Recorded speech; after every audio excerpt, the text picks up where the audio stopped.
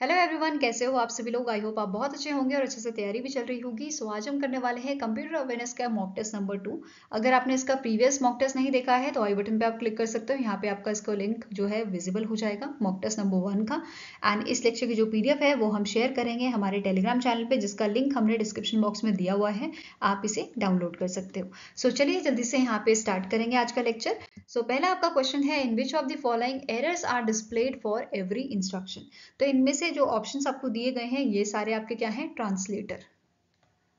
ठीक है, ये क्या है, ट्रांसलेटर है। तो ये आपके जो लैंग्वेजेस होती हैं, प्रोग्रामिंग लैंग्वेजेस, उनको मशीन अंडरस्टैंडेबल लैंग्वेज होती है उनमें कन्वर्ट करते हैं। ठीक है, ये मेन काम होता है ट्रांसलेटर का। अब यहाँ पे बोला क्या गया है कि इनमें से कौन सा ऐसा ट्रांसलेटर है जो एरर डिस्प्ले करता है हर इंस्ट्रक्शन के एग्जीक्यूट होने के बाद। जो इंटरप्रेटर हमारा है, ये इंस्ट्रक्शन जो है लाइन बाय लाइन एग्जीक्यूट करता है। ठीक है, तो लाइन बाय लाइन एग्जीक्यूट करेगा इंस्ट्रक्शन को, तो एरर अगर होगी तो इंस्ट्रक्शन के बाद यहाँ पे डिस्प्ले करेगा एरर। ठीक है, सिंपल लॉजिक है। तो आंसर क्या हो जाएगा, ऑप्शन नंबर सी। अब पहली हाई लेवल लैंग्वेज जो इंटरप्रेटर द्वारा आपके कन्वर्ट की गई थी वो है LISP लिस्प। ठीक है, जिसे इंप्लीमेंट किया था स्टीव रसेल ने ऑन अ IBM 704 कंप्यूटर। ठीक है, ये सारी चीजें क्लियर हुई। नाउ बाकी ट्रांसलेटर जो है इनकी भी बात कर लेते हैं, जैसे असेंबलर। ठीक है, असेंबलर का नाम असेंबलर क्यों है, क्योंकि ये असेंबली लैंग्वेज को कन्वर्ट करता है आपका मशीन लैंग्वेज में। नाउ कंपाइलर, कंपाइलर की बात करें तो कंपाइलर जो है ये पूरे प्रोग्राम को, जो हमारा हाई लेवल प्रोग्राम होता है, हाई लेवल लैंग्वेज में लिखा हुआ होता है। हाई लेवल लैंग्वेज क्या होती है, ऐसी लैंग्वेज जिसे ह्यूमन आसानी से पढ़ सकते हैं। ठीक है, ये होती है हाई लेवल लैंग्वेजेस। ठीक है, इनको अब मशीन लैंग्वेज में कन्वर्ट कौन करता है, कंपाइलर। अब इन दोनों में कॉमन क्या है कि जो पूरा प्रोग्राम होता है, जो सोर्स कोड लिखा होता है आपका, जो प्रोग्रामिंग लैंग्वेज में लिखा होता है कोड, उसे ये एक ही बारी में कंपाइल कर लेता है। वेयरएज इंटरप्रेटर क्या करता है, ये लाइन बाय लाइन कन्वर्ट करता है। ये चीज़ क्लियर हुई। नाउ अब यहाँ पे एक और चीज़ मैं आपको बता देती हूँ। जो इंटरप्रेटर है, अभी जो पाइथन लैंग्वेज हम यूज़ करते हैं, राइट, वो आपका कौन सा कंपाइलर या कौन सा ट्रांसलेटर यूज़ करती है, it is your interpreter. Whereas आपकी जैसे जावा हो गई या C++ हो गई, ये आपका यूज़ करते हैं कंपाइलर। ठीक है, ये चीज़ क्लियर हुई। नेक्स्ट आपका क्वेश्चन है, which of the following is not a network protocol. तो पहले हमें पता होना चाहिए नेटवर्क प्रोटोकॉल कौन कौन सी हैं। ठीक है, HTTP आपकी हो गई, हाइपर टेक्स्ट ट्रांसफर प्रोटोकॉल, ये नेटवर्क प्रोटोकॉल है। Then file transfer protocol, simple mail transfer protocol, ये सारी आपकी नेटवर्क प्रोटोकॉल है। तो आंसर क्या हो जाएगा, option number C, that is HTML। HTML क्या है, हाइपर टेक्स्ट मार्कअप लैंग्वेज, जो आपकी प्रोग्रामिंग लैंग्वेज है। तो राइट आंसर आपका हो जाएगा option number C. Now next question is, what does dots per inches measure। देखो, जो DPI होता है, dots per inches आपका होता है, इसका काम क्या होता है, ये रेजोल्यूशन मेजर्स करता है प्रिंटर या स्कैनर का। ठीक है, सिंपल सी लॉजिक है। नाउ तो आंसर यहाँ पे आपका क्या हो जाएगा, it is option number B, density of a pixel on a computer screen. ये मेजर की जाती है आपकी डॉट्स पर इंचेस पे। ठीक है, ये चीज क्लियर हुआ।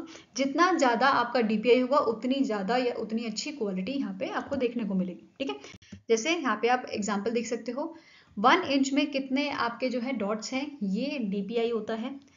यहाँ पे जितने कम होंगे उतना स्पेसेस यहाँ पे आपको दिख रहा है।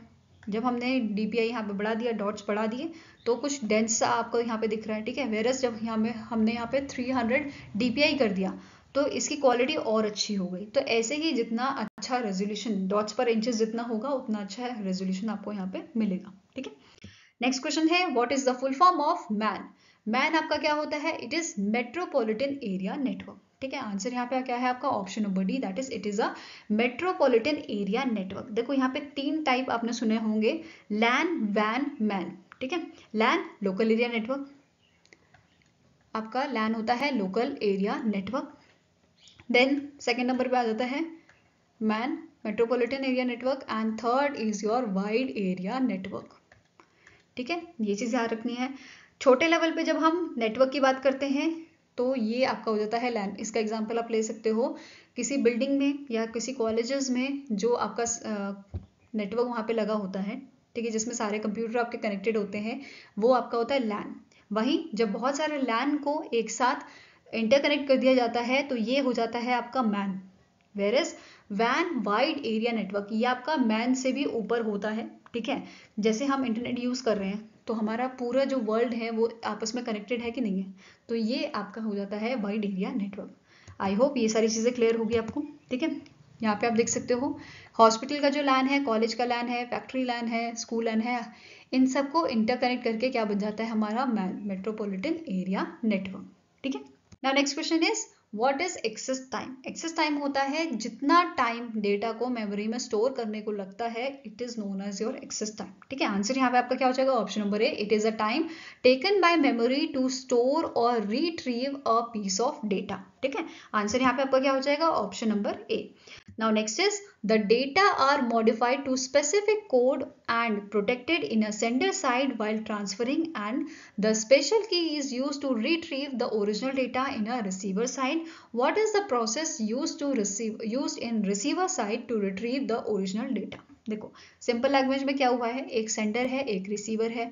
सेंडर ने एक डेटा भेजना था, इस डेटा में इसने क्या कर दिया, ABC भेजना था, इसको इसने क्या कर दिया, कोडिंग कर दी, XYZ कर दिया। ठीक है, उसके बाद इसमें एक स्पेशल की भी लगा दी कि इसी की से ये ओपन होएगा। ठीक है, अब इसे भेज दिया सेंडर रिसीवर को। ठीक है, अब रिसीवर भी एक प्रोसेस करेगा इसको डिकोड करने के लिए, तो उस प्रोसेस को क्या बोला जाता है, तो आंसर यहाँ पे आपका हो जाएगा it is known as your डीक्रिप्टिंग।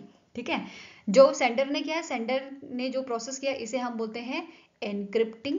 क्या बोलते हैं, एनक्रिप्टिंग। वहीं जब रिसीवर उसे ओरिजिनल फॉर्म में कन्वर्ट कर रहा होगा तो उस पूरे प्रोसेस को हम बोलते हैं डीक्रिप्टिंग। क्या बोलते हैं, डीक्रिप्टिंग। तो ये चीज आपको ध्यान में रखनी है। नाउ एक और चीज जो नोट करनी है आपको, जो एनक्रिप्टेड डेटा होता है इसे हम क्या बोलते हैं, इसे हम प्लेन टेक्स्ट भी बोलते हैं, वेयरएज जो इनक्रिप्टेड डेटा होता है इसको हम साइफर टेक्स्ट भी बोलते हैं। तो कई बार ये क्वेश्चन आपको पूछा जा सकता है कि encrypted data is also known as, ठीक है, इसे हम बोलते हैं साइफर टेक्स्ट। ठीक है, नाउ नेक्स्ट क्वेश्चन है what is the term used to denote the repetition of a data in a DBMS which is database management system. ये आपका क्या होता है, ये कंप्यूटराइज्ड डेटा कीपिंग सिस्टम होता है जहां पे जब डेटा रिपीट होता है तो इसके लिए एक टर्म यूज किया जाता है, इस टर्म को हम बोलते हैं डेटा रिडंडेंसी या सिंपल रिडंडेंसी। ठीक है, अगर आपको ऑप्शन आए डेटा रिडंडेंसी का तो आप ये भी आंसर कर सकते हो। ठीक है, now next is dash is the most important और powerful computer in a typical network. किसी नेटवर्क में सबसे ज्यादा पावरफुल या इंपॉर्टेंट नेटवर्क कौन सा होता है, उसका सर्वर। ठीक है, तो answer is option number C, that is network server. क्या बोलते हैं इसको, नेटवर्क सर्वर। ठीक है, next is the artificial satellite which revolves around the earth and provide transmit information from earth is basically called dash. तो in satellites को हम बोलते हैं जियो स्टेशनरी सैटेलाइट। ठीक है, कौन सी सैटेलाइट्स होती हैं, ये होती हैं आपके जियो स्टेशनरी सैटेलाइट। जैसे अगर यहाँ पे इंडिया की हम जियो स्टेशनरी सैटेलाइट्स की बात करें तो इसका नाम है आपका GSAT 17, GSAT 19 हो गया, GSAT 31 हो गया, 30 हो गया। These all are example of a geostationary satellites. Fine, next is what is the shortcut key to close currently open document in Microsoft Word. ठीक है, अगर आपने माइक्रोसॉफ्ट वर्ड का कोई जो है डॉक्यूमेंट ओपन किया है अपना, तो उसे क्लोज करने के लिए आपको कौन सा शॉर्टकट की लगेगा, तो आंसर आपका हो जाएगा option number A, that is Ctrl+W। अब कुछ बच्चे बोलेंगे कि मैम Alt F4 से भी तो हो जाएगा। ठीक है, तो Alt F4 से आपका जो पूरा ये एप्लीकेशन है, ठीक है, ये ही बंद हो जाएगा माइक्रोसॉफ्ट वर्ड का। बट जब आप Ctrl+W जो है प्रेस करोगे तो यहाँ पे जो करंटली ओपन आपका जो डॉक्यूमेंट होगा वो बंद हो जाएगा माइक्रोसॉफ्ट वर्ड का। ठीक है, तो ये दोनों डिफरेंस है, ये चीज याद रखना। नाउ नेक्स्ट आपका क्वेश्चन है in the C coding studio.h is used as a dash file. studio.h आपकी क्या होती है, ये होती है आपकी हेडर फाइल। ठीक है, आंसर यहाँ पे आपको क्या है, option number C, that is header file. अब यहाँ पे आप एक छोटा सा प्रोग्राम देख सकते हो सी का, ठीक है, सी लैंग्वेज का, जिसमें हमें प्रिंट करना है हेलो वर्ल्ड। और सबसे पहला प्रोग्राम जो आपकी क्लास में कराया जाता है, कंप्यूटर के बच्चों को ये पता होगा। ठीक है, तो यहाँ पे आपको देखो क्या स्टेटमेंट यूज की गई है, #include studio.h। अब जो ये फाइल है ये आपकी हेडर फाइल होती है, इसमें जो भी आपके प्रोग्राम होते हैं वो यहाँ पे इंक्लूड किए जा रहे हैं। ठीक है, अब नेक्स्ट यहाँ पे आपका है मेन प्रोग्राम। मेन जो आपका फंक्शन है वो यहाँ पे स्टार्ट हो जाता है, कर्ली ब्रेसेस से इसकी शुरुआत की जाती है, और यहाँ पे एक स्टेटमेंट, एक आपकी कमांड की है printf, जिसका मतलब क्या है कि ये इस फंक्शन को यहाँ पे प्रिंट करेगा जिसमें लिखा हुआ है हेलो वर्ल्ड। ठीक है, स्टेटमेंट को ये प्रिंट यहाँ पे कर देगा। ठीक है, और इसे क्लोज किया गया है कर्ली ब्रेसेस से। तो ये आपका एक छोटा सा प्रोग्राम था जो आपको दिखाने के लिए मैंने जो है कैसे यहाँ पे इंक्लूड किया जाता है सी प्रोग्राम में, इसको वो दिखाने के लिए आपको ये इमेज मैंने रखी है, ठीक है। Next question here is raw unprocessed facts including text, numbers, images and sounds are called dash. तो यहाँ पे जब आपका आ जाता है स्टेटमेंट में रॉ, ठीक है, रॉ या अनप्रोसेस्ड फैक्ट्स जिसमें आपके इमेजेस, साउंड्स ये सब आ जाते हैं, तो इसको हम क्या बोलते हैं, it is known as your data, ठीक है। वहीं पे अगर यहाँ पे प्रोसेस्ड फैक्ट्स यहाँ पे लिखा होता या प्रोसेस्ड डेटा लिखा होता तो इसे हम बोलते हैं इंफॉर्मेशन, ठीक है। ये क्या कहलाता है आपका, इंफॉर्मेशन। तो रॉ फैक्ट्स एंड फिगर्स जो आपके होते हैं ये सारे आपके क्या कहलाते हैं, it is known as your data, ठीक है। नेक्स्ट क्वेश्चन है all of the following are true of safe mode except. इनमें से एक स्टेटमेंट आपकी जो है वो इनकरेक्ट है रिगार्डिंग योर सेफ मोड, ठीक है। तो कौन सी स्टेटमेंट है, it is your option number B, safe mode loads all non essential icons. तो ये स्टेटमेंट आपकी गलत है। बाकी जैसे safe mode is a special diagnostic mode, ये करेक्ट है। Safe mode allows user to troubleshoot errors, again it is a correct statement. Safe mode loads only the most essential devices, तो ये तीनों आपके पॉइंट जो है ये correct है आपके। ऑप्शन नंबर बी जो है ये सिर्फ इनकरेक्ट स्टेटमेंट है रिगार्डिंग सेफ मोड, ठीक है। Now next is changing the appearance of a document is called. अब इसका आंसर तो आप लोग मुझे दोगे, बहुत सिंपल ये आपका क्वेश्चन है। क्या आंसर है, जब भी आप अपीयरेंस चेंज करते हो अपने डॉक्यूमेंट की तो उसे हम क्या बोलते हैं, इसे हम बोलते हैं फॉर्मेटिंग। क्या बोलते हैं हम इसे, फॉर्मेटिंग। तो answer is option number C, ठीक है। नेक्स्ट है you can detect spelling and grammar errors by. तो इनमें से कौन सा ऐसा शॉर्टकट की है जिसे यूज करके आप स्पेलिंग और ग्रामर एरर्स जो है वो किसी सेंटेंस या पैराग्राफ में फाइंड आउट कर सकते हो। तो आंसर आपका है बहुत simple, it is your press F7। F7 से आप स्पेलिंग और ग्रामर इजीली, ग्रामर की जो एरर्स हैं वो इजीली फाइंड आउट कर सकते हो, ठीक है। Now next is which of the following is necessary to track computer while connecting to internet. इनमें से कौन सी आपकी चीज जो है वो इंपॉर्टेंट है ट्रैक करने के लिए कंप्यूटर को जो आपका इंटरनेट से कनेक्टेड है। तो बहुत ईजी है, ये भी आपका है IP, that is internet protocol, ठीक है। नाउ नेक्स्ट क्वेश्चन है which of the following is not a example of a simplex. देखो आपका जो ट्रांसमिशन मोड है वो 3 टाइप के होते हैं, ठीक है। एक होता है सिंप्लेक्स, एक होता है हाफ डुप्लेक्स और एक होता है आपका फुल डुप्लेक्स। तो ये तीनों है, इसके बारे में डिस्कस करेंगे अभी। सिंप्लेक्स में क्या होता है, जैसे आपका यहाँ पे जो है ये रिसीवर है और ये आपका है सेंडर, ठीक है। अब सेंडर ने इंफॉर्मेशन भेजी आपके रिसीवर को, बट रिसीवर अपनी इंफॉर्मेशन सेंडर तक नहीं पहुंचा सकता है, ठीक है। तो मतलब यहाँ पे सिर्फ वन वे आपका जो है डेटा सप्लाई हो रहा है, डेटा जो है आपका सेंड किया जा रहा है, तो वन वे यहाँ पे है, कोई दूसरी तरफ से डेटा नहीं आ सकता। तो इसे हम बोलते हैं सिंप्लेक्स, सिंप्लेक्स या सिंपल मोड ऑफ ट्रांसमिशन, ठीक है।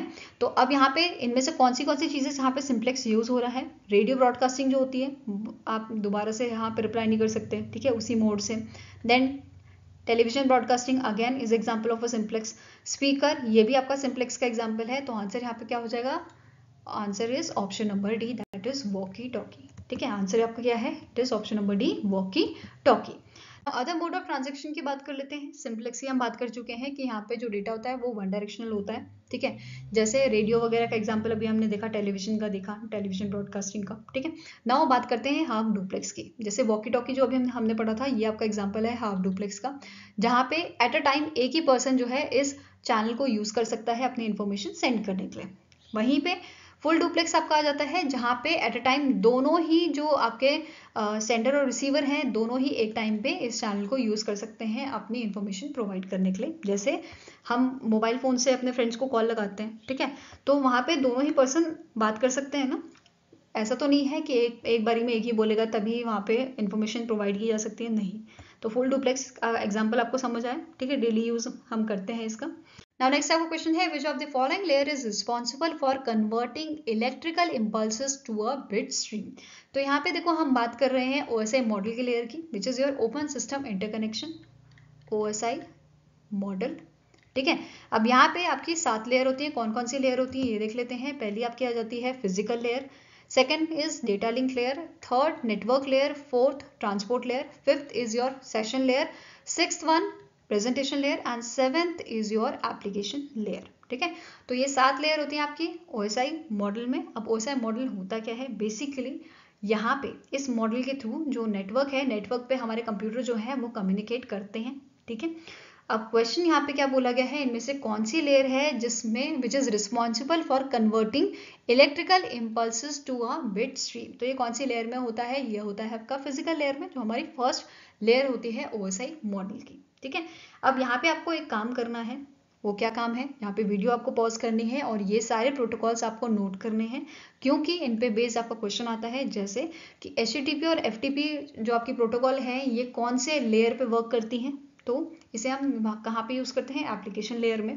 ऐसे ही आपकी जैसे TCP और UDP का पूछ लिया जाता है, ये आपका ट्रांसपोर्ट लेयर में होता है, ठीक है। तो ये सारी चीजें आपको ध्यान में रखनी है।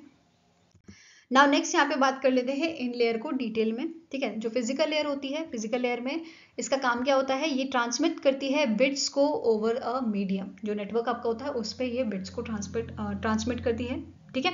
साथ ही साथ ये प्रोवाइड करती है mechanical and electrical specification, fine. Now data link क्या करता है, डेटा लिंक ऑर्गेनाइज करता है बिट्स को फ्रेम्स के फॉर्म में, and hop to hop delivery ये कौन प्रोवाइड करता है, तो डेटा लिंक लेयर आपको प्रोवाइड करता है hop to hop delivery. Now next की बात करते हैं नेटवर्क लेयर की। इसका काम होता है सोर्स से डेस्टिनेशन को पैकेट्स को मूव करवाना, ठीक है। इसका काम क्या है, to move the packets from source to destination. Next आ जाती है ट्रांसपोर्ट लेयर, और इस पे बेस्ड आपका काफी क्वेश्चन आता है एग्जाम में। इसका काम क्या है, इसका काम क्या होता है, ये reliable process to process message delivery and error delivery ये प्रोवाइड करता है। तो इसको आपको अच्छी तरीके से पढ़ना है, ठीक है। नाउ सेशन लेयर का काम क्या होता है, ये जो हमारे सेशन होते हैं इन्हें स्टैब्लिश करती है, मैनेज करती है और टर्मिनेट भी करती है, ठीक है। प्रेजेंटेशन लेयर का काम क्या होता है, ये आपका ट्रांसलेट करती है, इनक्रिप्ट और कंप्रेस करती है डेटा को, मतलब जो डेटा है उसको ट्रांसलेट करेगी, इनक्रिप्ट करेगी और कंप्रेस करेगी, ठीक है। नाउ नेक्स्ट आ जाता है आपका एप्लीकेशन लेयर, जो लास्ट लेयर होती है। इसका काम क्या होता है, ये क्या करता है, ये करता है आपका नेटवर्क रिसोर्सेज को एक्सेस करने का काम, ठीक है। बेसिकली एक तरह से परमिशन यहाँ पे ये प्रोवाइड कर रहा है, जो हमारा मीडियम है, जो हमारा रिसोर्सेज है उसको, कि वो कैसे नेटवर्क को यूज करेगा, ठीक है। ये चीज आपको ध्यान में रखनी है। और नेक्स्ट आपका क्वेश्चन है, what is maximum number that each of the 4 parts of IP address can have. IP address हमने पिछले सेशन में भी पढ़ा था। IP एड्रेस आपके दो टाइप के होते हैं, एक होता है IPv4 एंड एक होता है IPv6, ठीक है। ये दोनों एड्रेसेस होते हैं। अब यहाँ पे आप सभी को पता है 4-4 पार्ट्स इसमें होते हैं, ठीक है। तो यहाँ पे क्या बोला गया है, इन चारों पार्ट में मैक्सिमम नंबर जो होता है वो कितना हो सकता है, तो it is your option number C, that is 255, ठीक है। हाईएस्ट नंबर यहाँ पे क्या यूज कर सकते हैं हम, 255, ठीक है। जैसे यहाँ पे मैंने आपका एग्जांपल लिया है IPv4 एड्रेस का, जहाँ पे आप मैक्सिमम जो यहाँ पे देखो 1 2 3 और 4 यहाँ पे पार्ट्स हैं, इनमें मैक्सिमम नंबर कितना यूज किया जा सकता है, 255, ठीक है। ये चीज ध्यान में रखनी है। अब यहाँ पे आप मुझे कमेंट सेक्शन में ये बताओ IPv4 कितने बिट का होता है और IPv6 कितने बिट का होता है, तो मुझे कमेंट सेक्शन में आप बताओगे। पिछले जो लेक्चर था उसमें हमने डिस्कस किया था इसको, ठीक है। नेक्स्ट क्वेश्चन है, which of the following extension is used to save image in a computer.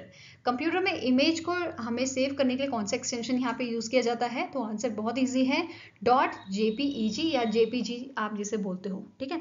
इसका फुल फॉर्म भी आपको पूछा जा सकता है, which is your joint photographic expert group, ठीक है। क्या फुल फॉर्म है, जॉइंट फोटोग्राफिक एक्सपर्ट ग्रुप। अब आप सब बोलोगे मैम PNG भी तो होता है, तो .png भी आपका होता है, ठीक है।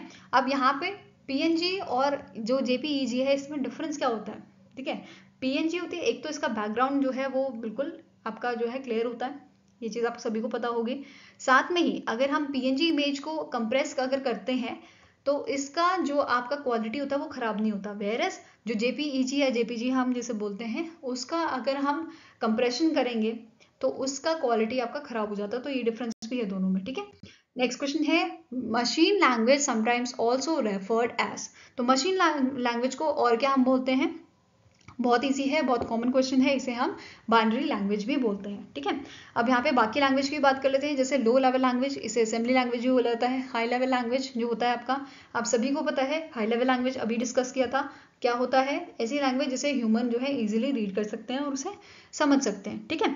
नाउ अगर एग्जाम्पल की बात करें हाई लेवल लैंग्वेजेस की, तो आपका एग्जाम्पल क्या होगा, जैसे जावा हो गई, ठीक है, PHP हो गई, ठीक है, ये सारी आपके एग्जाम्पल हैं किसके, हाई लेवल लैंग्वेजेस के, या जावास्क्रिप्ट की अगर बात कर लें, सी की बात कर लें, तो ये हाई लेवल लैंग्वेज में आपके आ जाती हैं। ठीक है, नाउ नेक्स्ट क्वेश्चन है which is another name of functional language.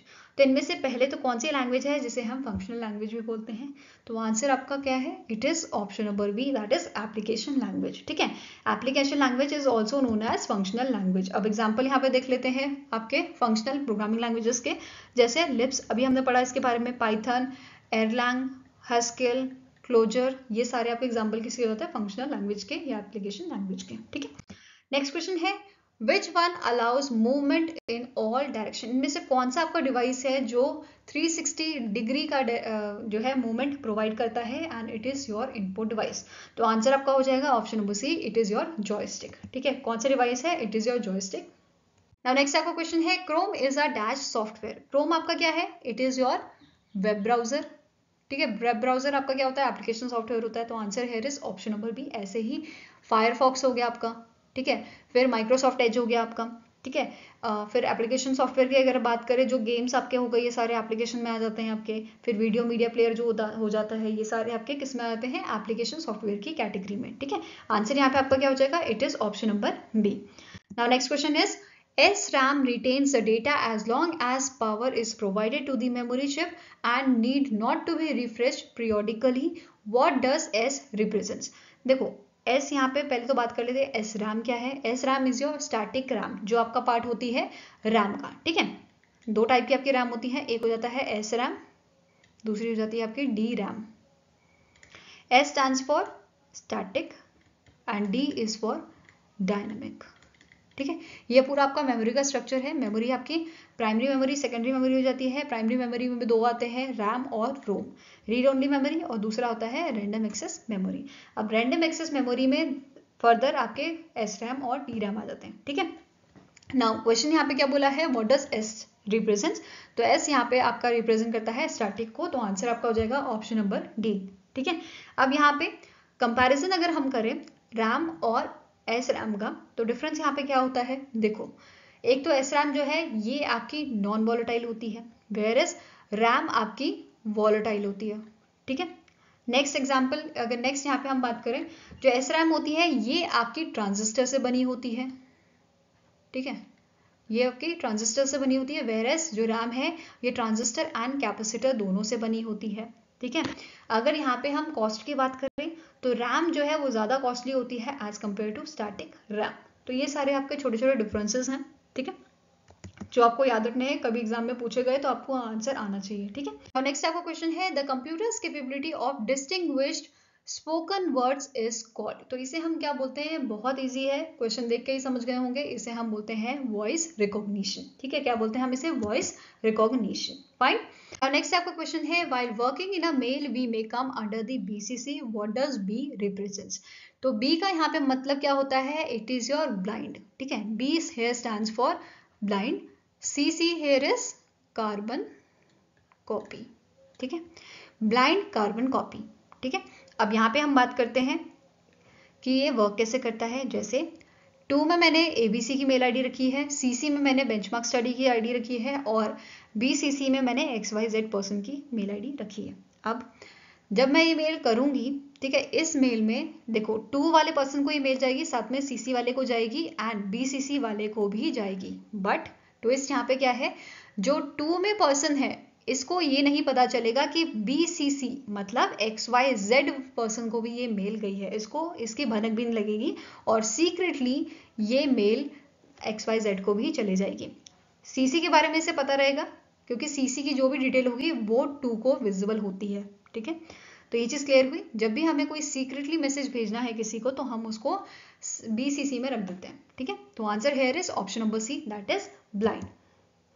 Now next is deleted mails from inbox can found in dash. ये भी बहुत इजी है, जब आप मेल्स को डिलीट कर देते हो वो कहाँ पे आपकी चली जाती है, ये स्टोर हो जाती है आपके ट्रैश में। ठीक है, जैसे कंप्यूटर में कुछ भी चीज़ डिलीट करो वो कहाँ चली जाती है, रिसाइकिल बिन में, ऐसे ही ट्रैश में आपकी डिलीटेड मेल्स चली जाती हैं। Now next is what is components that are used in a second generation computer। इनमें से कौन सी आपकी टेक्नोलॉजी है जो सेकेंड जनरेशन कंप्यूटर में हमने यूज की है, बहुत इजी है, इट इज योर ट्रांजिस्टर। ठीक है, answer is option number D. अगर हम यहाँ पे जनरेशन वाइज देखें तो फर्स्ट जनरेशन में यूज किया गया था आपका vacuum tubes, second generation transistor, third में आपका आईसीज इंटीग्रेटेड सर्किट, फोर्थ में आपका जो है यूज किया गया था वेरी लार्ज स्केल इंटीग्रेशन या माइक्रो प्रोसेसर, फिफ्थ में आ जाता है आपका अल्ट्रा लार्ज स्केल इंटीग्रेशन। तो ये सारी चीजें क्लियर हुई आपको। Now next is Dash is an artificial language designed to communicate instructions to a computer. तो आंसर यहाँ पे आपका क्या हो जाएगा, it is known as your programming languages. इन्हें हम क्या बोलते हैं, इन आर्टिफिशियल लैंग्वेजेस को हम बोलते हैं प्रोग्रामिंग लैंग्वेज। यहाँ पे आप एग्जांपल देख सकते हो प्रोग्रामिंग लैंग्वेजेस का, जैसे जावा हो गई, .NET हो गई, Python, Pascal, PHP, they all are example of your programming language. Fine. Now next आपका क्वेश्चन है एक्सपैंड मॉडेम। मॉडेम का फुल फॉर्म आपका क्या होता है, it is modulation and demodulation, और कहीं कहीं पे आपको ये मॉड्यूलेटर एंड डीमॉड्यूलेटर भी मिलेगा। ठीक है, तो आंसर यहाँ पे आपका क्या है, ऑप्शन नंबर डी। देखो ऑप्शन में अगर मॉड्यूलेशन एंड डीमॉड्यूलेशन होगा वो भी करेक्ट है, अगर मॉड्यूलेशन डीमॉड्यूलेशन नहीं होता है, इसकी जगह मॉड्यूलेटर एंड डीमॉड्यूलेटर होता है, तो वो भी आपका करेक्ट होगा। ठीक है, इसमें कोई ऐसे डरने वाली बात नहीं है। अब मेन मोटिव क्या होता है मोडेम का, मोडेम क्या करता है, ये आपका जो डिजिटल सिग्नल होता है इसे एनालॉग में कन्वर्ट करता है और वापस से एनालॉग को डिजिटल में कन्वर्ट करता है। ठीक है, अभी यहाँ पे हम इस इमेज की मदद से समझते हैं।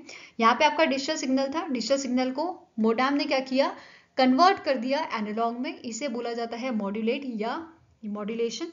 वेयरएज जब आपका एनालॉग सिग्नल को हमने डिजिटल में वापस कन्वर्ट किया तो इसे बोला गया आपका डीमॉड्यूलेट या डीमॉड्यूलेटर। ठीक है, ये चीज क्लियर हुई आपको। नाउ नेक्स्ट क्वेश्चन है what is a shortcut to justify the paragraph. ये भी बहुत इजी है और याद रखने को भी आपको इजी है, क्योंकि इसकी जो शॉर्टकट है ये भी क्या है, कंट्रोल प्लस जे। ठीक है, answer is option number B, J for justify. वैसे ही आई क्या होता है, इटैलिक्स। ठीक है, नाउ यू फॉर क्या होता है, अंडरलाइन। ठीक है, तो ये सारी चीजें आपको याद रखनी है। कंट्रोल जे आपका जस्टिफाई के लिए, कंट्रोल आई इटैलिक्स के लिए, कंट्रोल बी बोल्ड के लिए, कंट्रोल यू अंडरलाइन के लिए। ठीक है, नाउ नेक्स्ट आपका क्वेश्चन आता है which of the following is a non volatile memory. अब इनमें से कौन सी आपकी नॉन वॉलेटाइल मेमोरी है, बहुत इजी है, आंसर आपका हो जाएगा it is your ROM, read only memory. ठीक है, answer is option number B, that is read only memory. Now यहाँ पे कंपैरिजन भी देख लेते हैं रैम और रोम का, जिसके बेस्ड आपका क्वेश्चन बन जाता है एग्जाम में। जैसे फुल फॉर्म क्या होता है रोम का, read only memory, RAM random access memory. Then जो आपकी रैम होती है इसे आप रीड राइट दोनों कर सकते हो और रोम को सिर्फ रीड कर सकते हो। जैसे क्वेश्चन में था नॉन वॉलेटाइल मेमोरी आपकी रोम होती है एंड वॉलेटाइल मेमोरी आपकी हो गई रैम। देन रैम जो है इसे हम इजीली मॉडिफाई कर सकते हैं, बट रोम को मॉडिफाई नहीं किया जा सकता। रैम का जो साइज है GB से TB तक आपको मिल जाएगा, वहेरेज रोम जो है इसका जो साइज होता है वो रैम से छोटा होता है। नाउ नेक्स्ट इज रैम के टाइप क्या होते हैं, स्टैटिक रैम, डायनेमिक रैम, अभी हमने पढ़ा था थोड़ी देर पहले। रोम के टाइप आपके होते हैं पी रोम, प्रोग्रामेबल रोम। ठीक है, आपके electrically programmable Rome and erasable electrically programmable रोम। ठीक है, ये सारे आपके इसके पार्ट होते हैं। नाउ रैम जो है ये आपका कॉस्टली होता है एज कंपेयर टू रोम। ठीक है, रोम में आपका परमानेंट स्टोरेज होता है, रैम में टेम्पररी होता है, और रोम जो है रोम में आप ऐसे इंस्ट्रक्शन जो है स्टोर करते हो जो मतलब दोबारा से आप राइट नहीं कर सकते हो। ठीक है, और जैसे बायोस आपका प्रोग्राम होता है ये भी कहाँ स्टोर होता है, ये भी आपका रोम में होता है। ठीक है, आई होप ये क्लियर होगा आपको। Now next is which one of the following command is used to display both query and output. तो आंसर यहाँ पे आपका क्या हो जाएगा, इसे हम बोलते हैं आर कमांड। ठीक है, कौन सी कमांड है, इट इज योर आर। ठीक है, now next is the effect of roll back command in a transaction is the following dash. तो रोल बैक का मतलब क्या होता है, जो भी आपकी यहाँ पे ट्रांजेक्शन हुई है उसका डेटा जो है वो अनडू हो जाए। ठीक है, तो आंसर यहाँ पे आपका क्या हो जाएगा, option number A, undo all changes to the database resulting from the execution of the transaction. ठीक है, answer is option number A. Fine. Now next question है an operation in which data is moved to a different location is referred as dash. तो जब data को move किया जाता है different location में इसे हम बोलते हैं ब्लॉक मूव। क्या बोला जाता है इसे, ब्लॉक मूव। तो आंसर आपका है ऑप्शन नंबर ए। ठीक है, now next is which among the following is not an object oriented programming language. ठीक है, इनमें से कौन सा आपका ऑब्जेक्ट ओरिएंटेड प्रोग्रामिंग लैंग्वेज नहीं है। तो आंसर यहाँ पे आपका है option number D, that is pascal. Pascal आपका प्रोसीजर प्रोग्रामिंग लैंग्वेज है जिसे 1970 में जो है डेवलप किया गया था बाय द निकोलस वर्थ। ठीक है, ये चीज क्लियर हुआ आपको। बाकी आपकी पाइथन हो गया, C++ हो गया, जावा हो गया, ये सारी आपकी क्या है, OOPS language, that is object oriented programming language. Fine. Now next आपका क्वेश्चन आ जाता है, this is a standard way for web servers to pass a web user's request to an application program and to receive data back to forward to the user. तो answer यहाँ पे आपका बहुत simple है, it is your common gateway interface. ठीक है, answer is option number B, common gateway interface.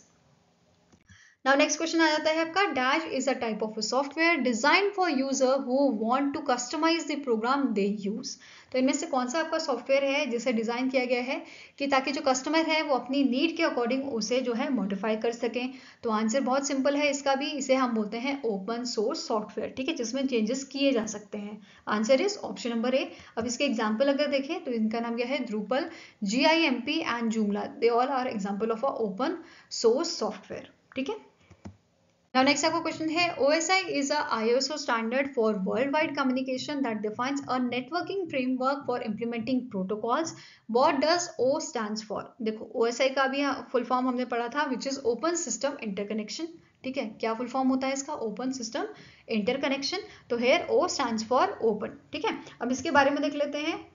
OSI model describe 7 layer, इसमें कितनी लेयर होती हैं, 7 लेयर होती हैं। कभी कभी क्वेश्चन में पूछ लिया जाता है कि OSI मॉडल जो होता है उसमें कितनी लेयर होती हैं। ठीक है, अब यहाँ पे जो लेयर है, 7 layers that computer system uses to communicate over a network। Network में कम्युनिकेट करने के लिए इन 7 लेयर का यूज किया जाता है, जिसे इंट्रोड्यूस किया गया था, इस OSI मॉडल को इंट्रोड्यूस किया गया था 1983 में। ठीक है, एंड इसे अडॉप्ट किया गया था by the ISO as international standard 1984 में। तो ये डेट आप, ये ईयर आपको याद रखना है। ठीक है, अब कौन सी 7 लेयर हैं, तो पहले आ जाती है आपकी physical layer, data link layer, network layer, transport layer, session layer, presentation layer and application layer. ठीक है, ये चीज आपको ध्यान में रखना है। नाउ अब जो आपका OSI मॉडल है, ऐसा ही आपका TCP/IP मॉडल है जिसे हम यूज करते हैं, which is your TCP/IP model. अब इसमें कितनी लेयर होती है, इसमें आपकी टोटल 4 लेयर होते हैं। कौन कौन सी होती है, एप्लीकेशन लेयर होती है, ठीक है, ट्रांसपोर्ट लेयर होती है आपकी, फिर आ जाता है network layer and last is your physical layer. ठीक है, तो ये 4 लेयर होती हैं। तो इसमें भी आपका क्वेश्चन बन जाता है कि TCP/IP में कौन सी लेयर, कौन सी 4 लेयर होती हैं। तो इनके नाम आपको दिए रहते हैं, आपको आइडेंटिफाई करना होता है। ठीक है, आई होप ये सारी चीजें आपको क्लियर होंगी। सो गाइज, अगर आपको ये वीडियो पसंद आए तो लाइक एंड शेयर जरूर कीजिएगा और हमारे साथ जुड़ने के लिए हमारे चैनल को सब्सक्राइब कीजिएगा। अगर आपके कुछ सजेशन है तो आप मेल कर सकते हैं हमें benchmarkstudy007@gmail.com पे, या फिर आप हमें कमेंट सेक्शन में भी लिख सकते हैं। सो मिलेंगे ऐसे ही नेक्स्ट वीडियो के साथ। Till then take care, have a nice day and all the best for your preparations.